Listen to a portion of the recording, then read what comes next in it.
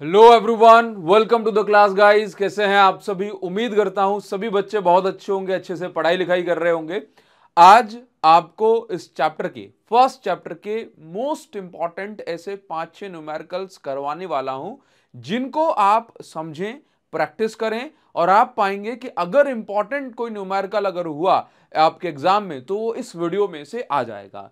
Sir इस चीज की क्या जरूरत है? क्या मतलब ये वीडियो कोई क्लिकबेट टाइप वीडियो है कि अगर मैं 5 वीडियो लिख दूंगा तो मेरे पास ज्यादा व्यूज आ जाएंगे? बिल्कुल ऐसा नहीं है। मैं आपको बताना चाहता हूं कि आप सभी बच्चे वैसे जानते हैं कि हमने इससे पहले पीवाईक्यू सीरीज भी कर रखी है ना, जिसके अंदर हर एक चैप्टर के क्वेश्चन को बढ़िया बढ़िया तरीके से 40-40 50-50 इंपॉर्टेंट क्वेश्चंस करे हैं।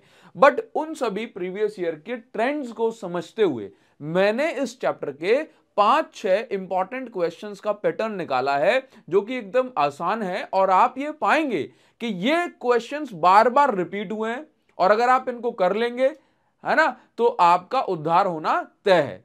हालांकि इसके अलावा डेरिवेशन भी हमें करने होते हैं इस चैप्टर से, वो भी मैं आपको दोबारा से बता दूंगा कौन से डेरिवेशन करने हैं। और कॉन्सेप्चुअल क्वेश्चन तो हमने काफी सारे प्रैक्टिस करे हैं, अगर आप कहोगे तो उसकी भी आपको वीडियो लेकर के आ जाऊंगा। 100 200 500 कॉन्सेप्चुअल क्वेश्चन जो कि आपके कंबाइंड जो है पूरी फिजिक्स का हम रख लेंगे। ठीक है, तो आप बिल्कुल टेंशन फ्री रहो, क्योंकि आप बच्चे मुझ पर आंख बंद करके विश्वास करते हो। तो बस मेरी ये ड्यूटी बनती है कि मैं किसी भी तरीके से सिर्फ अपने व्यूज के लिए या सिर्फ क्लिकबेट बना करके आपको कुछ भी उल्टा सीधा ना परोसूं। ठीक है, तो सबसे पहली चीज मैं आपको बताना चाहूंगा, ये उन बच्चों के लिए है, ये 5-6 न्यूमेरिकल आप कर लोगे तो आने के इनमें से फंसने के चांसेस बहुत ज्यादा हैं। इसके अलावा मैं आपको बताना चाहूंगा, वो बच्चे सोच रहे हैं कि सर कितने जो है टाइम में मेरे 40-50 नंबर आ जाएंगे, है ना, तो जिन बच्चों को लग रहा है कि सर एक वीडियो में पूरी फिजिक्स हो जाए तो हम मैराथन करेंगे, लेकिन उससे पहले ये देख रहे हो आप 8-9 घंटे की ये वीडियो है। इस वीडियो के अंदर आपको क्या मिल जाएगा? पूरी इंपॉर्टेंट थ्योरी है,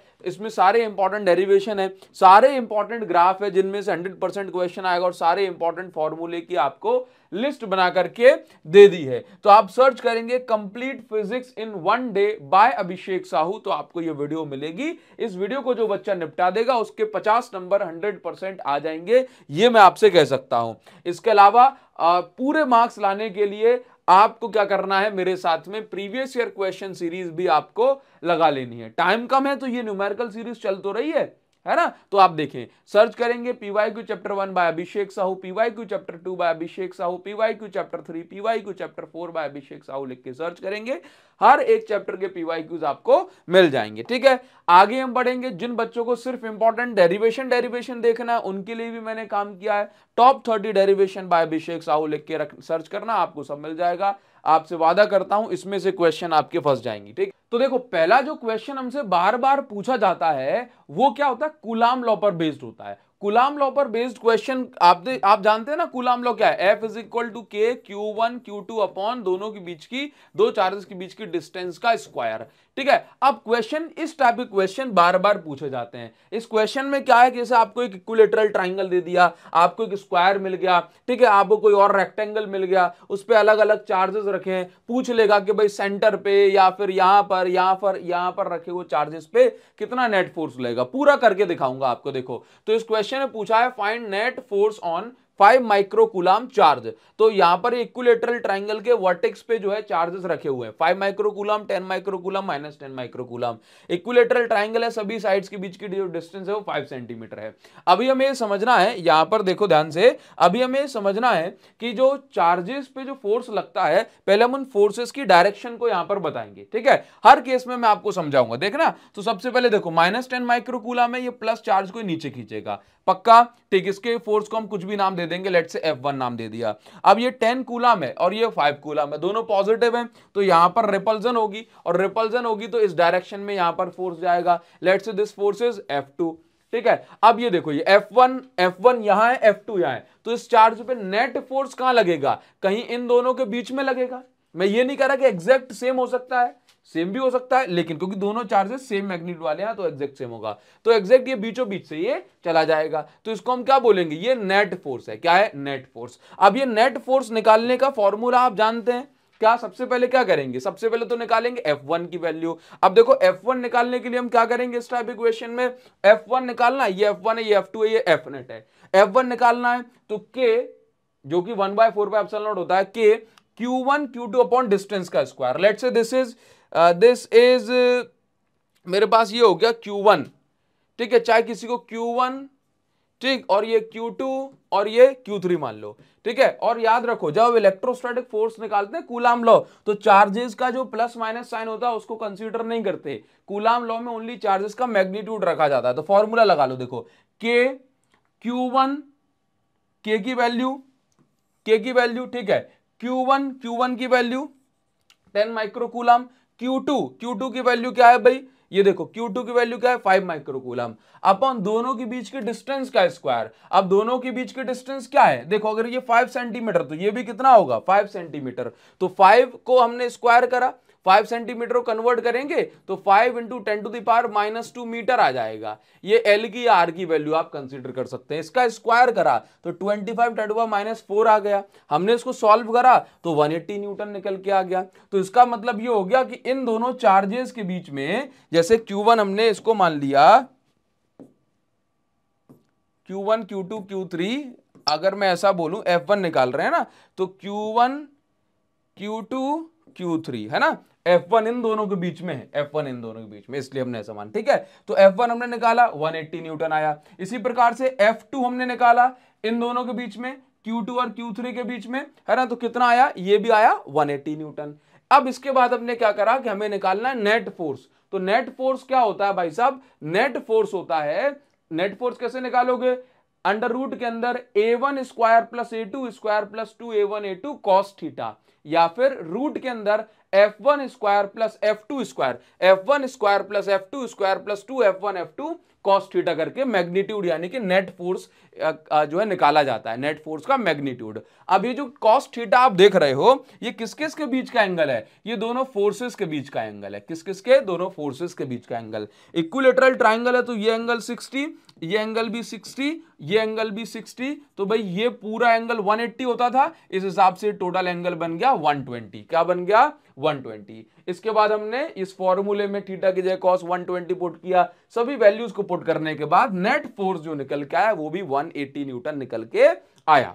क्लियर है। तो इस प्रकार से आप नेट फोर्स निकालेंगे। एक और क्वेश्चन करवाऊंगा, घबराए ना, ठीक है। अब अगर आपसे अगले इसी क्वेश्चन में ये पूछा जाए कि नेट फोर्स की डायरेक्शन क्या है या फिर रिजल्टेंट फोर्स की डायरेक्शन क्या है, तो डायरेक्शन ऑफ रिजल्टेंट फोर्स का फॉर्मूला होता है, जैसे मान के चलो कि आप यहां पर क्या कर रहे हैं, आप यहां पर F1 के साथ देखना चाहते हैं कि F1 से ये नेट फोर्स कितने एंगल पर है। तो हमने कहा F1 से ये नेट फोर्स बीटा एंगल पे है। तो फॉर्मूला बन जाता है मेरे पास, जिससे आप देख रहे हो ना, जिससे चिपका के आप रिजल्टेंट निकालना चाहते हैं उसके साथ लगाते हैं F1 sine theta plus F2 मतलब अपॉन में F2 plus F1 cos theta. मतलब ये देखो F1 के साथ आपको रिजल्टेंट निकालना है ना, कितने एंगल पे है, तो F1 sine theta upon F2 plus, F2 को अलग रखो, F2 को अलग रखो क्योंकि उसके साथ रिजल्टेंट नहीं देख रहे हैं, F1 कॉस थीटा। बस ये फॉर्मूला आपने लगाया तो हमने पाया कि बीटा की जो वैल्यू है वो कितनी डिग्री आई, 60 डिग्री। तो इस प्रकार से आप रिजल्टेंट फोर्स निकाल सकते हैं। क्लियर है। आप इसका स्क्रीनशॉट ले सकते हैं। इस टाइप के क्वेश्चन बहुत पूछे जाते हैं। अगला क्वेश्चन देखो, मैं आपको पढ़ाता हूं, समझाता हूं इस क्वेश्चन में, इस न्यूमेरिकल में कैसे क्वेश्चन पूछा जाएगा। इसी प्रकार से आपसे कहा जाएगा, लेट से आपको जो नेट फोर्स है वो Q4 पे निकालना है कि सभी चार्जेस मिलकर के इस Q4 चौथे चार्ज पे कितना फोर्स जो है ये लगाएंगे। लेट से दोनों के बीच की जो डिस्टेंस है वो 0.2 मीटर स्क्वायर है, सबके बीच की डिस्टेंस हो जाएगी। ठीक है, अभी ध्यान से देखो, तो हमने क्या किया, सबसे पहले आपको यहां पर ये देखना है कि ये Q1 चार्ज है, ये सभी चार्जेस पॉजिटिव है ना। तो Q1 चार्ज ने क्या किया, इसको ऐसे पुश किया, रिपेल किया, तो Q1 के कारण फोर्स लगा F1। ठीक है, Q3 ने क्या किया, Q3 ने इस Q4 को रिपेल किया तो ऊपर की साइड गया। Q2 भी क्या करेगा, इसको रिपेल करेगा तो ये इस साइड चला गया। तो Q2 ने जो फोर्स लगाया उसको हमने नाम दिया F2।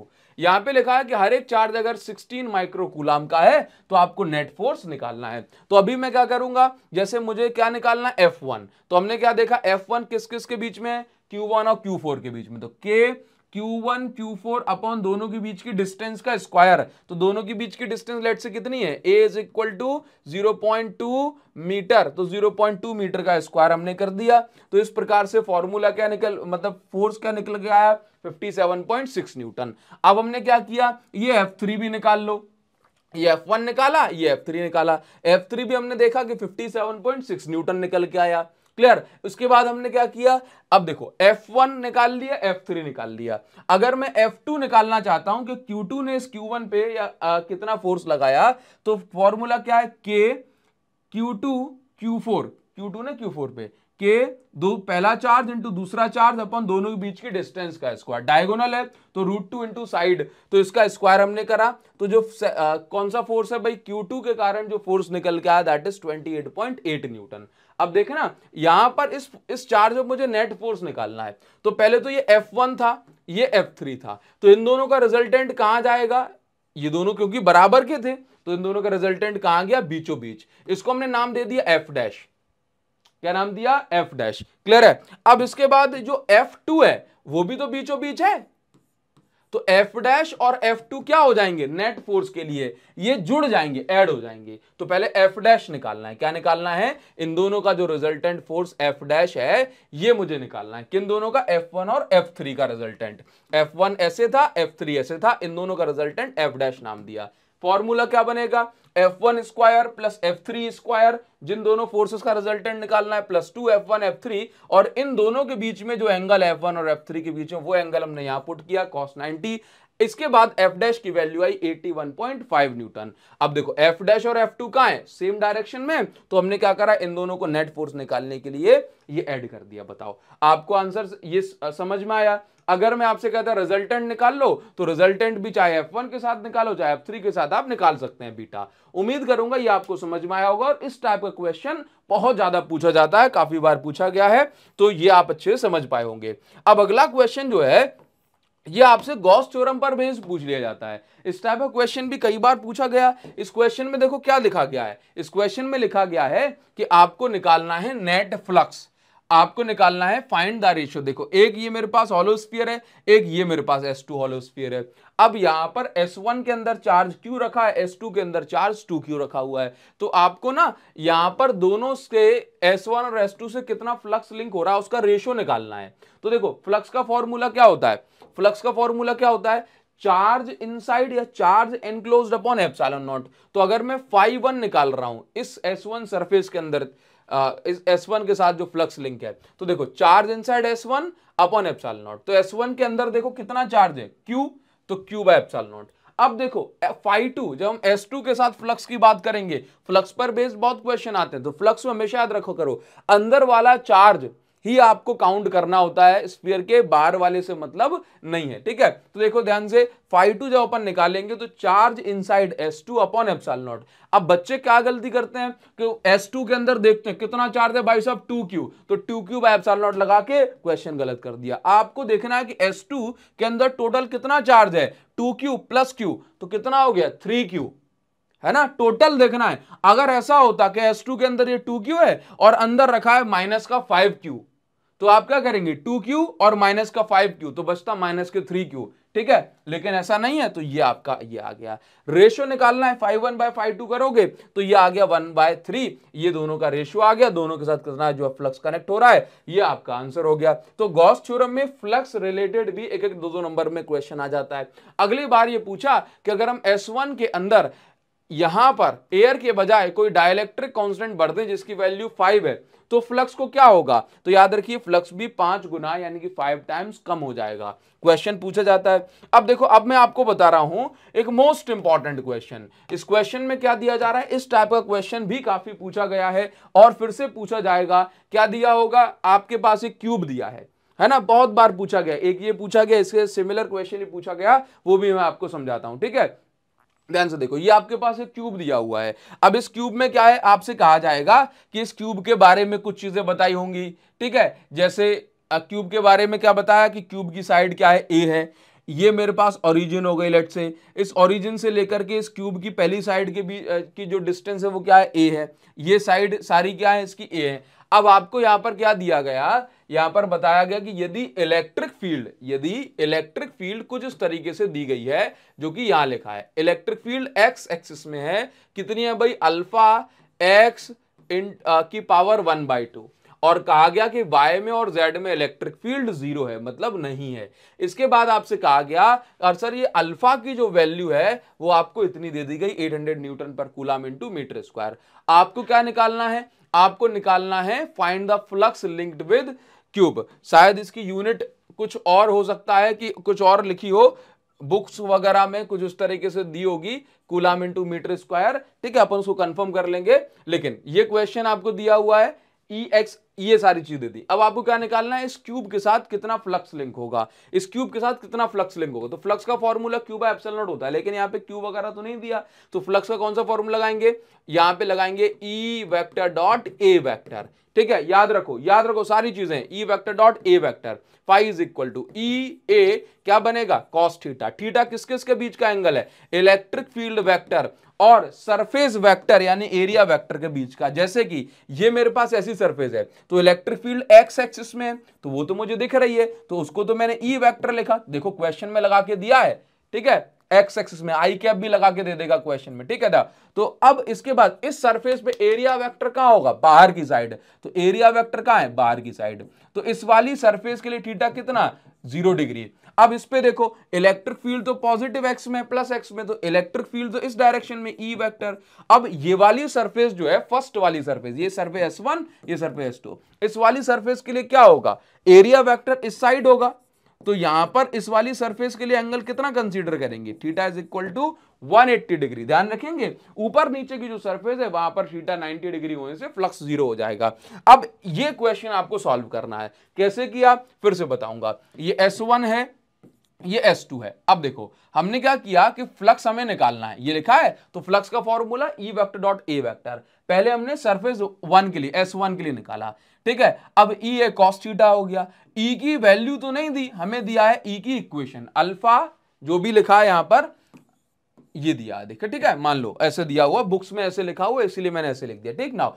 अब E की वैल्यू हमें ये दी है, A की वैल्यू हमें ये दी है, cos थीटा, A की वैल्यू दी है क्या, हाँ देखो पता है अपन को, देखो E की वैल्यू दी है क्या है, अल्फा एक्स की पावर 1/2, अल्फा एक्स की पावर 1/2, ठीक है। ए क्या है, ए एरिया मैंने एज इट इज लिखा। cos थीटा की वैल्यू यहां पर बताई मैंने कि यहां पर कितनी वैल्यू बन रही, थीटा की वैल्यू 180 डिग्री, पिछली स्लाइड में बताई थी आपको, ठीक है। अब अल्फा की जगह जो वैल्यू उन्होंने लिख करके दी वो मैंने यहां पे रख दी। एक्स क्या है, एक्स, एक्स मतलब दूरी, डिस्टेंस। तो अगर मैं बात करूं कि पहली सरफेस की डिस्टेंस क्या है, पहली सरफेस की डिस्टेंस है एक्स की वैल्यू क्या है, ए, तो ये हो गई ए, ठीक। इसके बाद ए क्या है, एरिया, किसका एरिया, जिस सरफेस से जो है फील्ड टकरा रही है, तो इसका एरिया क्या होगा, साइड ए है, तो एरिया ऑफ साइड क्या हो जाएगी इसकी, मतलब area of surface A square हो जाएगी, है ना, क्या हो गई ए स्क्वायर। अब हमने इसको सॉल्व करा, फाइव 1 की वैल्यू आ गई 800, अच्छा ये आनी चाहिए मेरे पास 5 जो है 5/2 आनी चाहिए, कितनी आनी चाहिए, 5/2, ए के ऊपर आधी पावर 1/2 और यहां पर ए के ऊपर 2 पावर है, ठीक है। तो और ये माइनस साइन चल रहा है क्योंकि cos 180 की वैल्यू -1। नेट फ्लक्स निकाला अपन ने, तो नेट फ्लक्स तो बाद में निकालेंगे, पहले सेकंड वाली सरफेस के लिए अपन को फ्लक्स निकालना है। सेकंड वाली सरफेस के लिए फ्लक्स निकाला, ठीक है। तो आप मुझे बताओ कि सेकंड वाली सरफेस के लिए एंगल कितना, अभी मैंने आपको बताया थीटा की वैल्यू 0 डिग्री, थीटा की वैल्यू 0 डिग्री है, ठीक है। और उसके बाद देखो तो यहां पर ई की वैल्यू ये हो गई, ए ये हो गया, और cos थीटा की जगह cos 0 हमने पुट किया, ठीक है। ई की वैल्यू ये पुट की, अल्फा की वैल्यू 800 दी है। एक्स देखो दूसरी वाली सरफेस कितनी दूरी पर है, ये ए है, और ये देखो यहां से पता पड़ रहा है कि ये भी क्या है, ए है, तो दूसरी वाली सरफेस कितनी दूरी पर है, 2a डिस्टेंस पे, तो x की जगह क्या पुट कर दिया, 2a, पावर कितनी है 1/2, कैपिटल A की जगह a स्क्वायर, ठीक है, क्योंकि साइड का अपन को सरफेस का स्क्वायर निकालना है, ठीक। ये 1, इसको सॉल्व करा 800 इंटू 2a की पावर 3/2 हो गया। फर्दर सॉल्व करने पर a की वैल्यू क्या है 0.1, फर्दर सॉल्व करने पर हमें φ2 जो मिल रहा है, φ2 मिल रहा है, सॉरी हाँ जी भाई, ये अपन को यहां तक है, ठीक। ये φ1 की वैल्यू हो गई यहां पे, ये φ1 की वैल्यू, ये φ2 की वैल्यू, उसके बाद क्या है φ1 प्लस φ2 हमने कर दिया। फर्दर सॉल्व करने के बाद हमें एक ही वैल्यू क्वेश्चन में दी हुई थी 0.1 मीटर, तो उसको सॉल्व करने के बाद ये इतना आ जाएगा, यानी कि φ1 की वैल्यू निकालो, φ2 की वैल्यू निकालो, नेट फ्लक्स के लिए φ इज इक्वल टू φ1 प्लस φ2 कर दो। इस प्रकार का ये क्वेश्चन आपसे बार बार पूछा जाता है। आप इसका स्क्रीनशॉट ले सकते हैं, मैं टेलीग्राम पर भी इसकी जो है पीडीएफ डाल दूंगा, तो आप वहां से भी रिवीजन कर सकते हैं, जिसकी लिंक आपको इस वीडियो के डिस्क्रिप्शन में दी जा रही है। ठीक है, चलो अगला क्वेश्चन आपको प्रैक्टिस करवाते हैं। देखो जरा इस क्वेश्चन में क्या दिया हुआ है, आपसे कह देंगे कि इलेक्ट्रिक फील्ड कितनी है 50x आई कैप। ठीक, एरिया दे दिया आपको 25 सेंटीमीटर स्क्वायर। एरिया किसका, ये सिलेंडर है, ये जो आप देख रहे हो ये वाली सरफेस, इसका एरिया दे दिया 25 सेंटीमीटर स्क्वायर।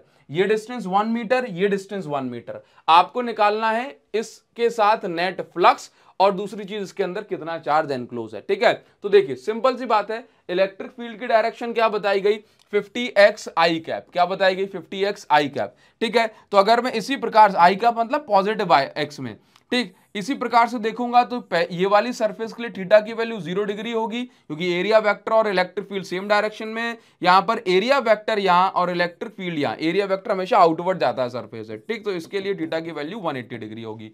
फिर से ई ए कॉस थीटा मतलब ई ए कॉस 180, ई ए कॉस 0 लगेगा। यहां पर ई की वैल्यू हमें गिवन है, एक्स की वैल्यू पहली सरफेस के लिए 1 मीटर, दूसरी सरफेस के लिए 2 मीटर लगेगी। एरिया क्या है दिया हुआ है, वैल्यू पुट करेंगे तो φ1 निकलेगा, वैल्यू पुट करेंगे φ2 निकलेगा। उसके बाद नेट फ्लक्स निकाल दिया, दोनों को ऐड करने के φ1 प्लस φ2 करने के बाद। चार्ज निकालना है तो चार्ज का फॉर्मूला क्या होता है, φ is equal to Q by epsilon naught. तो क्यू निकालने के लिए φ इंटू एप्सिलॉन नॉट करेंगे, वैल्यू पुट करने के बाद ये आ जाएगा। बहुत बार पूछे गए हैं ये क्वेश्चन, इसीलिए आपको इनको करा रहा हूं।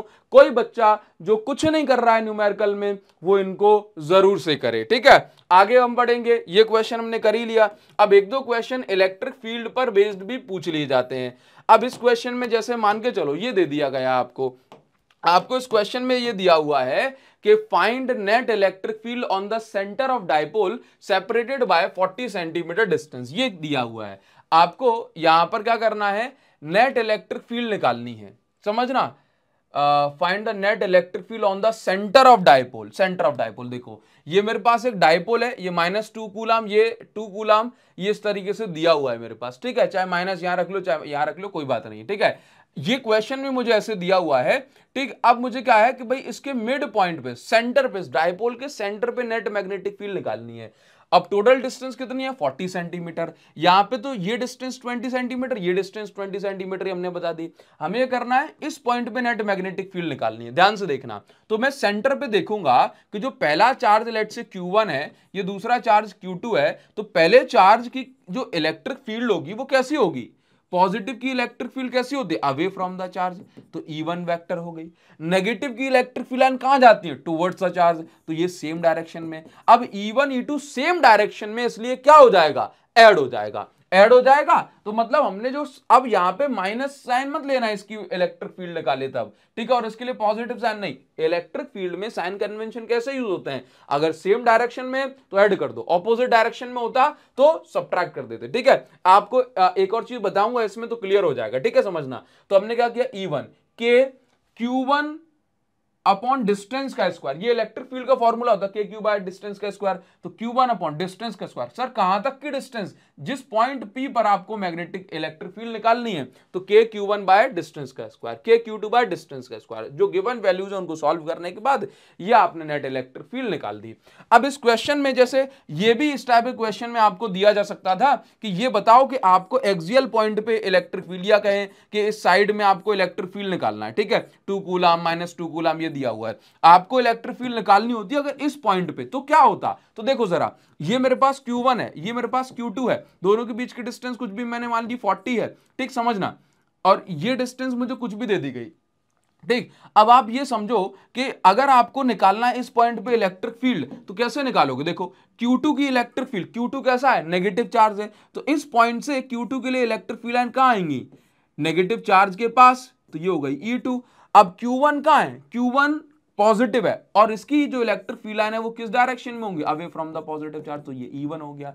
अब बताओ मुझे, अब ये जो इलेक्ट्रिक फील्ड है कैसे निकालोगे, E1 E1 राइट में तो E1 vector minus E2 left में E2 वेक्टर, ये हो जाएगी नेट इलेक्ट्रिक फील्ड। अगर माइनस साइन आएगा तो वो क्या बता रहा है वो कि इलेक्ट्रिक फील्ड जो है लेफ्ट डायरेक्शन में। बस ये सारी चीजें आपको यहाँ पर डायरेक्शन के अकॉर्डिंग साइन कन्वेंशन लेना है। अगर आपसे कह दिया कि भाई नेट इलेक्ट्रिक फील्ड जीरो कहां है ये बताओ, तो नेट इलेक्ट्रिक फील्ड जीरो कहां पर होगी, या जैसे मान के चलो आपसे कह दिया कि मिड पॉइंट में ऐसा पॉइंट बताओ जहां पे नेट इलेक्ट्रिक फील्ड जीरो है, तो आप क्या करोगे, आप यहां पे लिखना कि नेट इलेक्ट्रिक फील्ड जीरो कब होगी, जब E1 और E2 की वैल्यू बराबर होगी। तो आपने कहा लेट से x डिस्टेंस पे ये नेट इलेक्ट्रिक फील्ड जीरो है, तो ये डिस्टेंस x हो गई, ये डिस्टेंस r माइनस x हो गई, तो नेट इलेक्ट्रिक फील्ड जीरो के लिए बस लगाओ k q1 upon x square is equal to k q2 upon r minus या 40 माइनस एक्स का स्क्वायर, जो भी करना है, x की वैल्यू निकल आएगी, आपको पोजीशन मिल जाएगी। उम्मीद करूंगा ये आपको समझ में आया होगा। नहीं आया रिवाइंड करो, देखो क्वालिटी कंटेंट है, आपको एकदम जो है इसको छोड़ना नहीं है, कैसे भी करके उनको खत्म करके जाना है। जो बच्चा खत्म कर देगा उस बच्चे के न्यूमेरिकल में मजा आ जाएगा उसको। अगला क्वेश्चन ये पूछ लिया जाता है आपसे कि ये बताओ, ये क्वेश्चन काफी इंपॉर्टेंट है, इसको हम बोलते हैं इक्विलिब्रियम ऑफ चार्जेस, टॉपिक से, ठीक है, समझना। इस क्वेश्चन में दिया हुआ है where should a third charge be placed between two charges q each 2 metre apart so that system remain in equilibrium. कह रहा है कि दो चार्जेस रखे हुए हैं, क्या है, दो चार्जेस रखे हुए हैं, ठीक है, जैसा कि मैंने q एंड 3q, ठीक है, देखो दो चार्जेस रखे हुए हैं, एक चार्ज है q, दूसरा चार्ज है 3q, ठीक, ये क्वेश्चन में दिया हुआ है। अब कह रहा है कि ये बताओ कि मुझे तीसरा चार्ज इन दोनों के बीच में लाकर के रखना है, सो दैट, इस प्रकार से रखना है सच दैट कि सिस्टम इक्विलिब्रियम में रहे, यानी कि सिस्टम में कोई डिस्टरबेंस ना आए। तो आपसे पूछ रहा है कि भाई ये बताओ कि पहले तो बताओ कहां रखना है, पोजीशन निकालनी है कि भाई अगला चार्ज कहां रखें, और फिर ये बताओ कि इस चार्ज का नेचर कैसा होना चाहिए। तो देखो सीधी सी बात है, अगर मैं यहां पर पॉजिटिव चार्ज ले आऊंगा तो क्या होगा, तो ये चार्जेस सबके में रिपल्सन होगा और ये चार्जेस दूर दूर भाग जाएंगे, सिस्टम इक्विलिब्रियम में नहीं हो पाएगा। तो इक्विलिब्रियम के लिए जरूरी है कि चार्ज कैसा होना चाहिए, ये नेगेटिव होना चाहिए। कैसा, नेगेटिव चार्ज ये होना चाहिए, ताकि इसको भी अट्रैक्ट करे, इसको भी अट्रैक्ट करे, है ना, और सिस्टम इक्विलिब्रियम में रहे। और ये आपस में एक दूसरे को अट्रैक्ट, ये पॉजिटिव इसको खींच रहा है, ये यहां खींच रहा है, तो क्या होगा, तो यहां पर ये चार्ज कहीं नहीं हिल पाएगा, ठीक है। अब देखो तो इक्विलिब्रियम कंडीशन में क्या होता है बच्चों, ध्यान समझिए कि हमने कहा कि लेट से ये जो माइनस क्यू चार्ज है हमने पहले वाले चार्ज से x डिस्टेंस पे रख दिया, तो दूसरे वाले चार्ज से कितनी डिस्टेंस पे हो गया, 2 माइनस एक्स, क्योंकि टोटल डिस्टेंस दोनों के बीच की कितनी है, 2 मीटर। अब हमने क्या किया, इक्विलिब्रियम कंडीशन में क्या होता है कि जितना फोर्स से ये इसको खींच रहा है उतने ही फोर्स से ये भी इसको खींचेगा। अगर ये दोनों फोर्स बराबर हो गए तो ये कंडीशन इक्विलिब्रियम की हो जाएगी और चार्ज ये कहीं भी नहीं जाएगा। तो हमने क्या किया, तो दोनों के बीच में फोर्स, तो k q1 पहला चार्ज इंटू दूसरा चार्ज अपन दोनों के बीच की डिस्टेंस का स्क्वायर, पहला चार्ज इंटू दूसरा चार्ज अपन दोनों के बीच की डिस्टेंस का स्क्वायर। यहां से आपने x की वैल्यू निकाल ली, 0.73 मीटर आई, यानी कि इस वाले चार्ज से 0.73 मीटर की दूरी पर ये चार्ज रखो, इक्विलिब्रियम कंडीशन आ जाएगी। पोजीशन आपने ये बता ही दी। क्लियर है, ये बात समझना। अगर ये दोनों चार्जेस फिक्स होते, अगर ये फिक्स होते, अब ये फिक्स है तो कोई बात ही नहीं है। अगर ये चार्जेस दोनों फिक्स होते तो आप कोई सा भी जो है चार्ज ले आओ, दोनों ही केसेस में इक्विलिब्रियम यहां पर मेंटेन हो जाएगा। लेकिन फिर उसमें पूछता, अब मान के चलो ये दोनों चार्ज फिक्स होते, तो अगर आप यहां पर लाकर के माइनस क्यू चार्ज रख दो तब भी यहां पर इक्विलिब्रियम मेंटेन हो सकता था, और प्लस में भी दोनों रिपेल करेंगे तो प्लस चार्ज तो और बेचारा कहीं नहीं भागेगा, तब भी इक्विलिब्रियम हो सकता था। लेकिन माइनस वाले चार्ज को अगर आप हल्का सा भी डिस्प्लेस कर दोगे तो अट्रैक्ट होकर चिपक जाएगा, लेकिन प्लस वाले को, इन दोनों पॉजिटिव के बीच में प्लस वाले को अगर आप ऐसे रखें कि प्लस वाले को डिस्प्लेस करोगे, थोड़ा बहुत भी खिसकाओगे तो वो अपनी पोजीशन में वापस आ जाएगा, तो वो स्टेबल इक्विलिब्रियम में होता है, ठीक है। हालांकि अगर ऐसा केस आ जाए तो उम्मीद करूंगा अब आप मेरी बात को समझ चुके होंगे कि स्टेबल इक्विलिब्रियम कब बनेगा। इन दोनों पॉजिटिव चार्जेस के बीच में पॉजिटिव लाते हैं तो स्टेबल इक्विलिब्रियम बनता है। ये फिक्स की कहानी है और ये मूवेबल की कहानी है, ठीक है। उम्मीद करूंगा ये आपको समझ में आया होगा, और मैं ये भी उम्मीद करूंगा कि आप मुझे कमेंट सेक्शन में बताएंगे कि ये मेरा एफर्ट आपको कैसा लगा, क्योंकि मैं आपसे बस ये कह रहा हूं जिन बच्चों से कुछ नहीं हो रहा वो इस चैप्टर में ये न्यूमेरिकल करें, चांसेस बहुत ज्यादा है कि इसमें से फंस जाएगा, ठीक है। बाकी तो मैं आपको बताता हूं कि भाई पूरा पढ़ें, वो ज्यादा जरूरी है, लेकिन ये बिल्कुल आपके प्रीवियस ईयर में आए हुए बार बार पूछे गए क्वेश्चन है, जो कि इस बार फिर से आने के इनके बहुत ज्यादा चांसेस हैं। ठीक है, कमेंट सेक्शन में आपका इंतजार कर रहा हूं, जरूर से बताना ये वीडियो आपके लिए कैसी रही, नेक्स्ट वीडियो लेकर के आने चाहिए कि यहीं रोक दें इसको। ठीक है, बताना। Thank you guys.